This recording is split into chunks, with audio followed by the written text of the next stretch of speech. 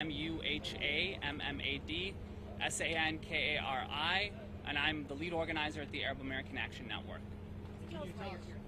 I'm sorry? Tell us why you're here today. Yeah, I'm here today, and you can see there's a big, massive community here, family, friends, community members of Hadi.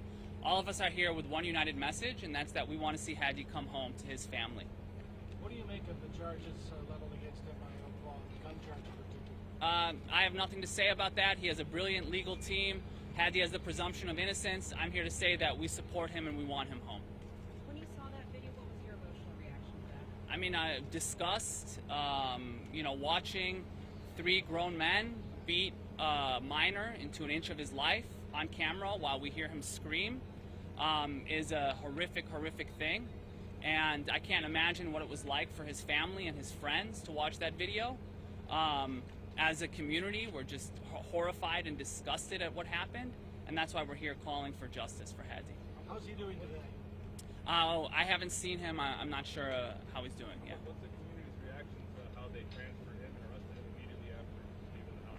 Yeah, Oakland police had a choice to make yesterday. They could have done the right thing and released Hadi into the custody of his parents yesterday. Instead, they decided to punish him further by transferring him to a juvenile detention facility overnight and having him wait for a hearing.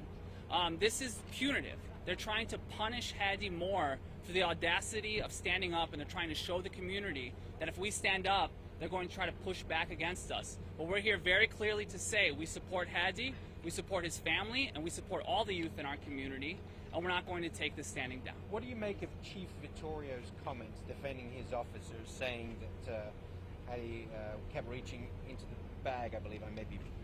Yeah. What the chief has said and what the Village of Oak Lawn have said is that if you have the audacity not to do exactly what we say, when we say it, and how we want you to do it, we will kill you, literally. The chief said that the officers could have killed Hadi and he would have stood in front of those cameras and said that they were justified in doing so.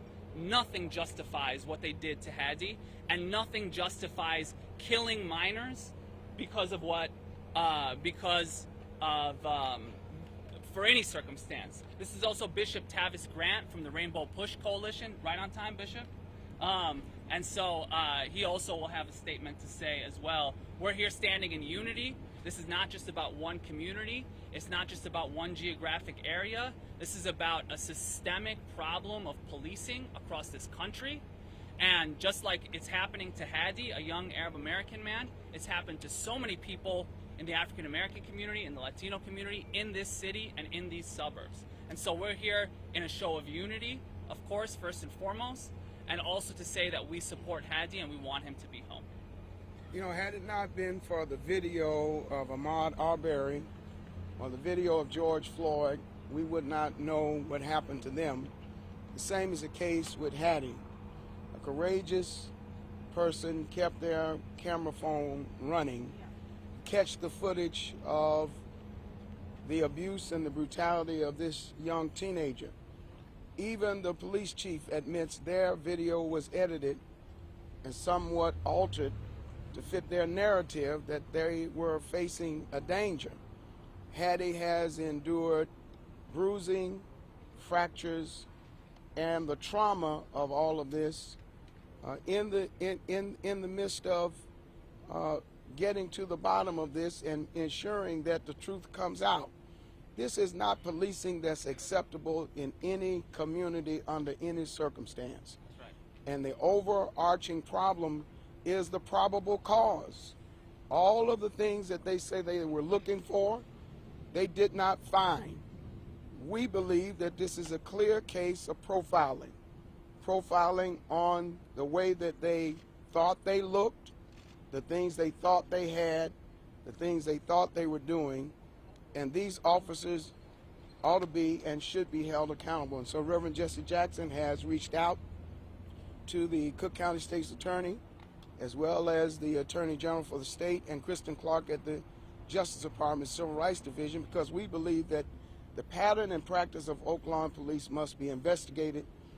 And we've had problems over the years with cases like this being investigated by the Illinois State Police Department and not coming back with rulings and findings that are balanced and objective, and above all else, transparent. This police department has to answer the question of not just probable cause, but why is the video altered by their own admission, edited by their own admission? Had it not been for this cell phone video, would not have his case out in the public. And we hope this afternoon and pray this afternoon this judge will do the right thing. He comes from a family, comes from a community, and they have spent the night in juvenile detention, never ever having a problem like this ever. No one in his family have a problem like this.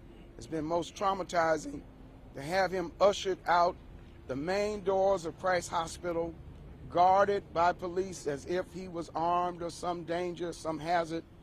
He's going to need a lot of therapy. He's going to need a lot of mental health services. He's going to need a lot of love to get his life back, and we're going to participate in that process. What can you say to the lawsuit filed by CARE very early on? It's the most appropriate thing to do to ensure, number one, that his civil rights are protected, that evidence is secured, and that transparency is protected. We know from experience, again, from the Arbery case, over 100 days. George Floyd, over 100 days. Jacob Blake in Wisconsin. We know that oftentimes families have no choice but to seek civil litigation as soon as possible for the purpose of ensuring that they can get justice for their families. It's the right thing at the right time. What about the police officers involved? What do you want to see? These officers should be at best on leave pending this investigation. There's just no reason for them. Hattie is on the ground. He is outnumbered. He's outsized. They have him apprehended. You can see on the video the shots to the face. You can see on the video the knee and the various tactics that they use. This is a kid. These men are almost 3 times his size. He posed no threat on the ground. They had him apprehended. It's excessive, it's brutal, and it's unacceptable. And I'll add to that, Bishop, that our community has been calling since yesterday. We flooded Kim Foxx's office with hundreds of phone calls, overwhelming the phone system really, with one clear message, and that's that our community and everybody who's interested in seeing justice done wants to see charges brought against these 3 officers. We don't need to wait. We don't need to wait for the ISP. We don't need to wait for anything else. Everybody in the world saw the brutality in that video, saw the crime that was committed in that video by those 3 officers beating a young man almost to death. There needs to be charges brought against those officers by Kim Foxx's office, and we want to see them prosecuted for that crime. Gentlemen, thank you very much.